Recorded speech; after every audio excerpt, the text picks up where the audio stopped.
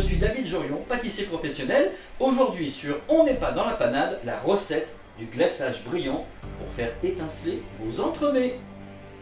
Avant toute chose, il va falloir préparer la gélatine. Pour ce faire, nous aurons besoin d'un bon volume d'eau, la plus fraîche possible, et si elle n'est pas assez fraîche, je vous suggère de mettre quelques glaçons. La température de l'eau va vite redescendre. Pour notre recette de glaçage, nous aurons besoin de 14 g de gélatine, c'est-à-dire de 7 feuilles de gélatine comme celle-ci. Alors là, c'est de la gélatine porcine. Vous pouvez trouver le même produit en version gélatine bovine. Voilà, nos feuilles de gélatine vont faire trempette pendant une dizaine de minutes, le temps pour elles de se ramollir. Nous verrons tout à l'heure comment les utiliser dans notre recette. Maintenant, place aux ingrédients. Pour obtenir 1 litre de glaçage à entremets, nous aurons besoin de 350 g de sucre semoule, de 90 g d'eau et de 130 g de sirop de glucose.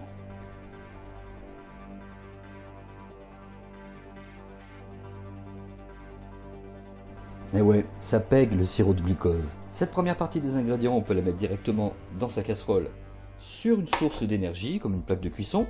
La suite de la recette se poursuivra avec ces ingrédients.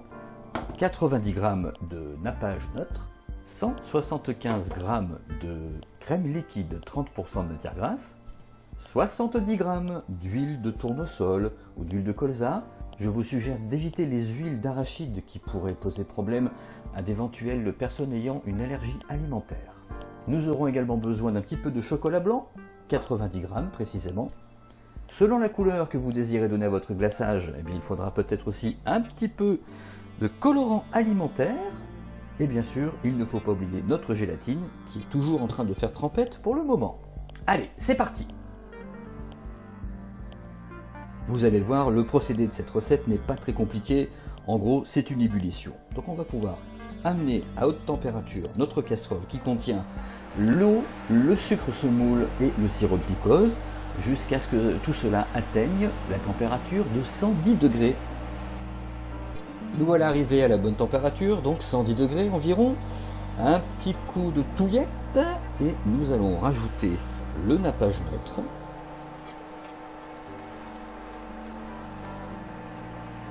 Ainsi que la crème liquide à 30% de matière grasse.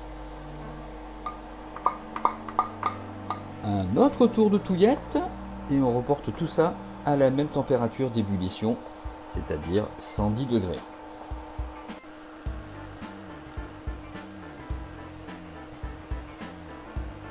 Ah, revoilà nos petites bulles. Quand les petites bulles sont là, on peut stopper la cuisson.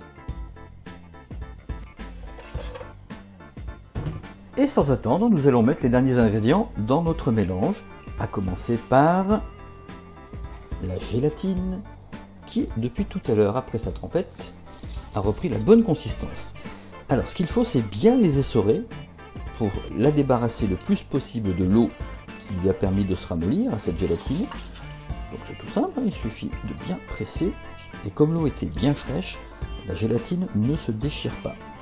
En revanche, comme vous pouvez le constater dans la casserole, une fois que la gélatine essorée est au contact de notre mélange qui était bouillant, eh bien celle-ci va se ramollir encore plus et finalement se dissoudre.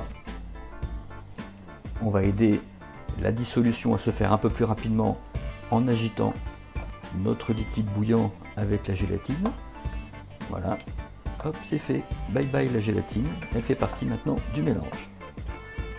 Et puis nous allons pouvoir rajouter les autres éléments de notre recette, les pistoles de chocolat blanc,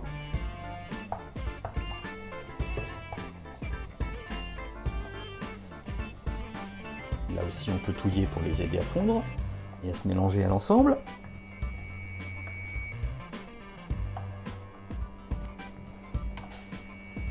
La présence du chocolat blanc, elle a deux raisons. La première, ce sera de rajouter un petit goût sympathique à notre glaçage qui, à vrai dire, n'aurait pas de goût sans ça. Et puis ça va permettre aussi de le pacifier très légèrement pour mieux faire tenir et apparaître la couleur qu'on lui donnera tout à l'heure.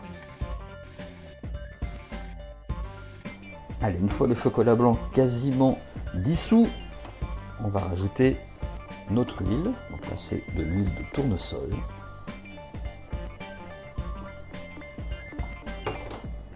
évidemment, mélanger nos liquides avec l'huile, ça va être plus difficile pour obtenir une parfaite homogénéité. Mais l'étape qui suit va nous aider. Et là, eh bien, il reste encore un ingrédient. On va mettre vraiment très peu de colorant. Alors là, c'est du colorant en poudre. Son pouvoir colorant est très puissant. Donc on va en mettre très peu à l'aide de la pointe d'un couteau.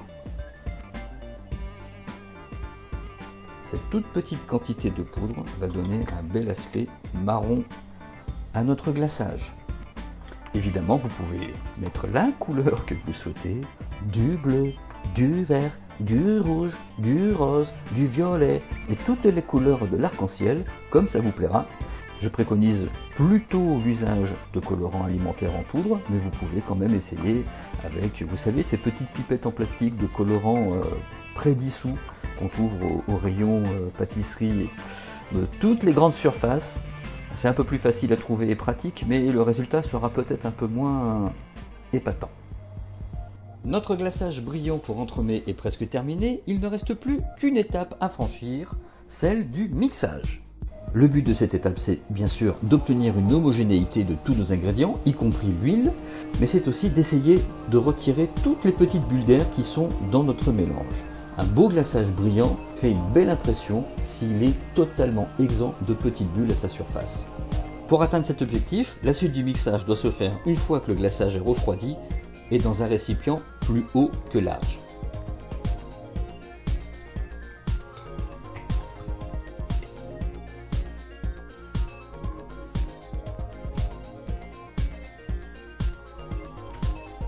Pour obtenir notre refroidissement, eh bien on va placer, après l'avoir filmé au contact avec un peu de cellophane, notre glaçage au frigo pour aller une bonne demi-heure.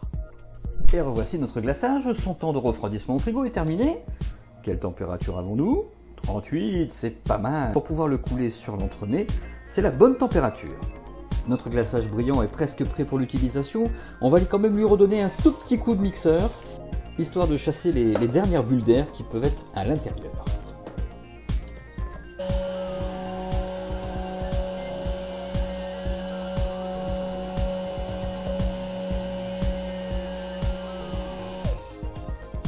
Et voilà, nous avons un beau glaçage brillant, bien lisse, quasiment exempt de petites bulles. On va pouvoir le faire couler sur un entremet comme celui-ci, que vous voyez à l'état congelé, puisqu'un entremet se prépare avec une phase de congélation.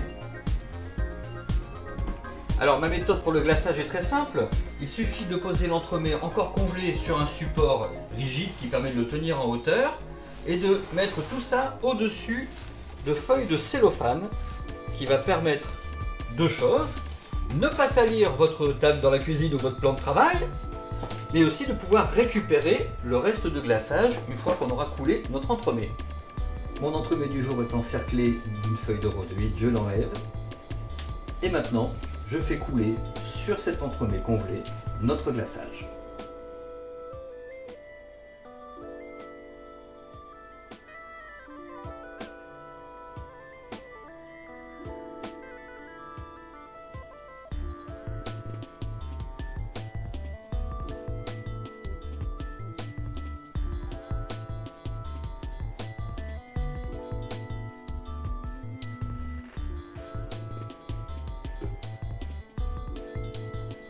Et voilà un glaçage bien brillant à la surface de cet entremet. Brillant, brillant, oh, on se voit dedans. Une fois que le glaçage a fini de bien s'égoutter sur les bords, il n'y a plus qu'à déposer délicatement notre entremet encore congelé sur un cercle en carton, comme ceci. Et pour ne pas l'abîmer avec une spatule, on va venir prendre dessous, puis déposer délicatement.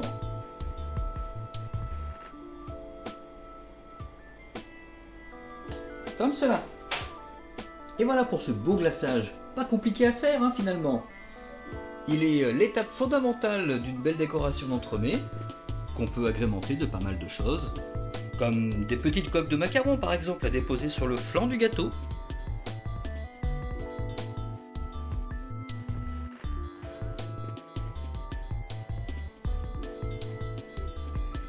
Et puis sur le dessus, vous pouvez mettre tout ce que vous aimez, comme des petites meringues, des petits bouts de chocolat, des chamallows, tout ce qui fera que votre glaçage sera mis en valeur par 1000 petites gourmandises.